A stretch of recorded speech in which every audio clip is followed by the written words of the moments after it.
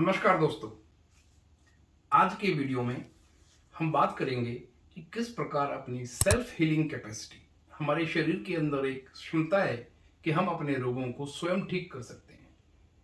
किस प्रकार हम उसका मैक्सिमम यूटिलाइजेशन करें, कैसे हम उस क्षमता को बढ़ाएं, विकसित करें, पहचानें, समझें उस कार्य प्रणाली को और अपने फायदे में यूज करें। दोस्तों, self healing capacity of our body.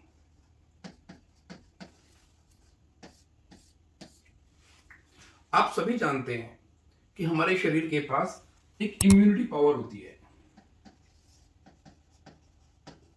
Immunity power का मतलब हुआ रोगों से लड़ने की क्षमता। बाहर से कोई इन्फेक्शन आ रहा है, कोई बैक्टीरिया है, वायरस, जो भी कोई आते हैं, हमारे शरीर के जो इम्यून सेल्स हैं, जो नेचुरल किलर सेल्स हैं, एनके सेल्स हैं, उनसे लड़ाई करते हैं और रोग से हमारे शरीर को बचाते हैं। यदि रोग हो गया तो फिर हमारे शरीर की इम्यूनिटी पावर और हीलिंग कैपेसिटी दोनों मिलकर हमारे शरीर को स्वस्थ करने में लग जाती हैं। परंतु ये हीलिंग कैपेसिटी कई बार या तो हमारी यूज नहीं कर पाते हम इसे, या ये हमारी नेगेटिव अर्थात उल्टा काम करने लग जाती है। किस प्रकार होता है दोस्तों? देखो, दो चीजें हैं, माइंड और बॉडी।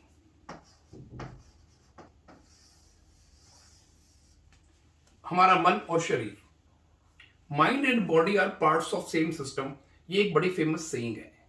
मीन्स माइंड के अंदर और बॉडी के अंदर जो कुछ चलता है, उन दोनों में एक सीधा संबंध होता है।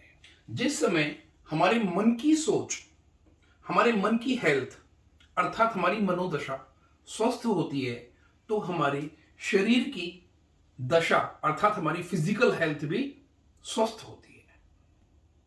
जब हमारे मन की दशा खराब होती है तो हमारी फिजिकल हेल्थ भी खराब होने लगती है। इन दोनों के संबंध को समझने के लिए हमें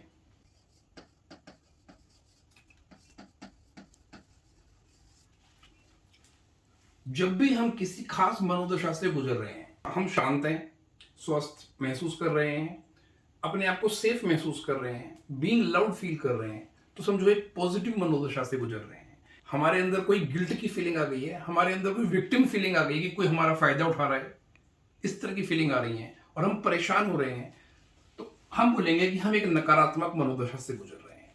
ये मनोदशा हमारे शरीर के अंदर डिफरेंट हार्मोन पैदा करती है। पॉजिटिव मनोदशा है हमारी,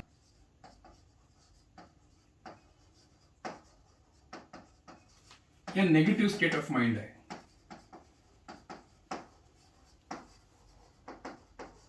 जो हार्मोन होंगे वो टोटल डिफरेंट होंगे।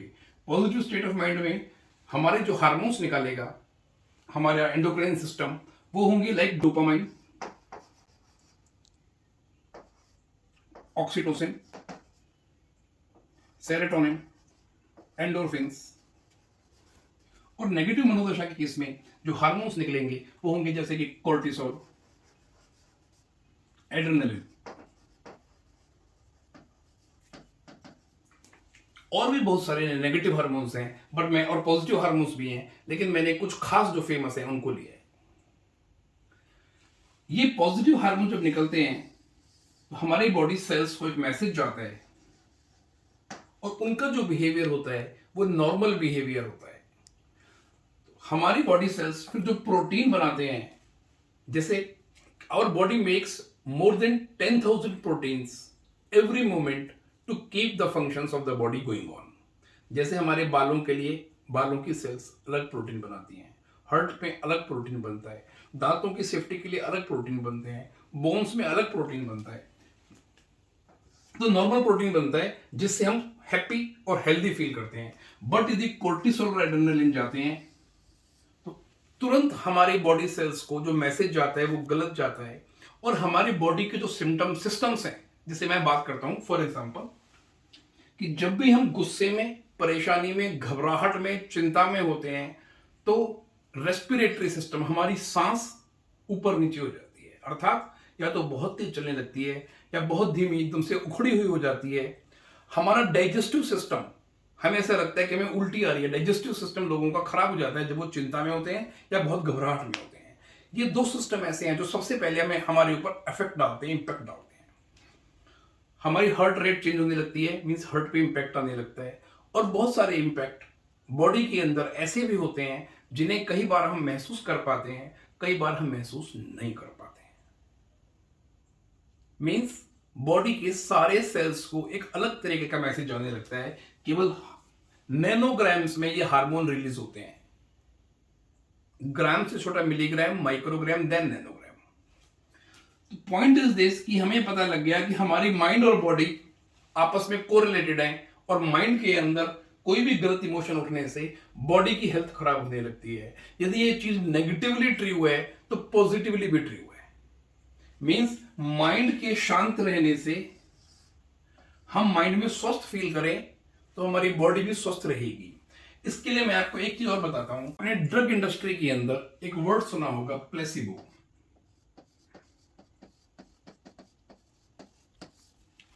जब भी कोई नई दवाई बनती है तो वो जब एक्सपेरिमेंट के तौर पर माना 100 पेशेंट्स को दी जाती है, तो 100 पेशेंट्स को उस दवाई का सेम साइज की टेबलेट सेम कलर में बनाई हुई, लेकिन वो कुछ नहीं होती, एक सिंपल एक ग्लूकोज की टेबलेट होती है, वो उनको दी जाती है।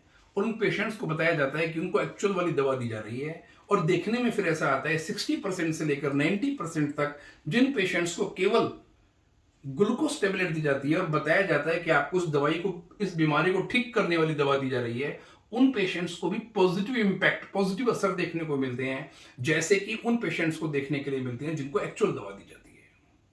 कुछ एक्सपेरिमेंट्स में तो जिन लोगों को ये गहरा भरोसा दिलाया गया कि ये दवा बहुत अच्छी है और आप इसे ठीक हो जाओगे, उनको केवल एक ग्लूकोज टेबलेट दी जा रही थी, सेम कलर की, सेम साइज की, जो एक्चुअल टेबलेट के जैसे ही थी देखने में, उनको जो रिजल्ट्स आए वो बहुत बेहतर थे उनके कंपैरिजन में जिन्हें एक्चुअल दवा दी जा रही थी।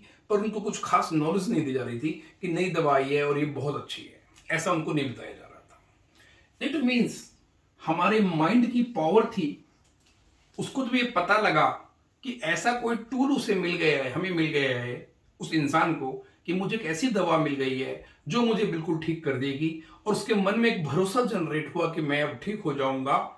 उसके मन के ये भरोसे के जनरेट होने से ही उसकी बॉडी के अंदर जो हार्मोन्स, जो केमिकल्स रिलीज हुए, उनसे जो मेडिसिन बनी, या उनसे जो शरीर के अंदर प्रतिक्रियाएं और प्रक्रियाएं हुई, उनसे वो बीमारी ठीक होने लगी। जैसे प्लेसिबो है, ऐसे एक नोसिबो बोलते हैं। मींस एक्चुअल लेने के बाद, एक्चुअल मेडिसिन लेने के बाद भी या सब कुछ सही हो और केवल मन के अंदर आदमी के ये भावना बैठ जाए, एक लिमिटिंग बिलीफ बैठ जाए कि मैं ठीक नहीं हो पाऊंगा, तो एक्चुअल में जो दवाई से वो ठीक हो सकता है वो दवाई भी उसे ठीक नहीं कर पाएगी। वो हो गया नोसिबो। दोनों क्या है? मानसिक अवस्थाएं, प्लेसिबो और नोसिबो। दवाई को सेम साइज में दिया गया, सेम कलर में दिया गया, लेकिन एक्चुअल में उसके अंदर कोई केमिकल दवा का नहीं था। मींस वो एक टूल था केवल।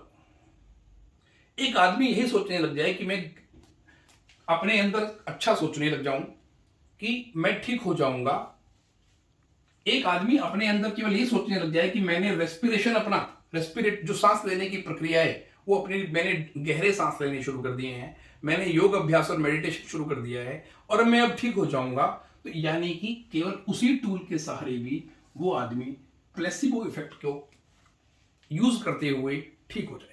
हम सभी जानते हैं कि हमारे शरीर में कोई घाव हो जाए तो शरीर उसे अपने आप ठीक करने का प्रयत्न करता है। कोई हड्डी टूट जाए तो हड्डी भी अपने आप जुड़ने लगती है। इट मीन्स हमारे शरीर के अंदर सभी रोगों को ठीक करने की क्षमता है। उसका ऑप्टिमम यूटिलाइज करने के लिए इस प्लेसिबो इफेक्ट का यूज करें, और उस प्लेसिबो के टूल्स कोई भी हो सकते हैं। आप थोड़ी लाइट एक्सरसाइज करें, मॉर्निंग वॉक हो सकती है, जॉगिंग हो सकती है, या योगासन हो सकता है। आप रिलैक्सेशन टेक्निक, मेडिटेशन करें, कोई भी डीप ब्रीथ करने का एक्सरसाइज करें दिन में 10 minute, and than thinking that कि अब मैं ये भी कर रहा हूं, so now I will be fit and fine. Using this placebo technique you can create healthy mind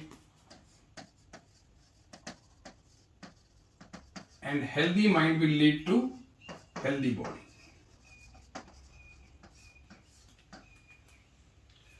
अब प्लेसिबो को मैक्सिमम अपने आप को भरोसा कैसे दें?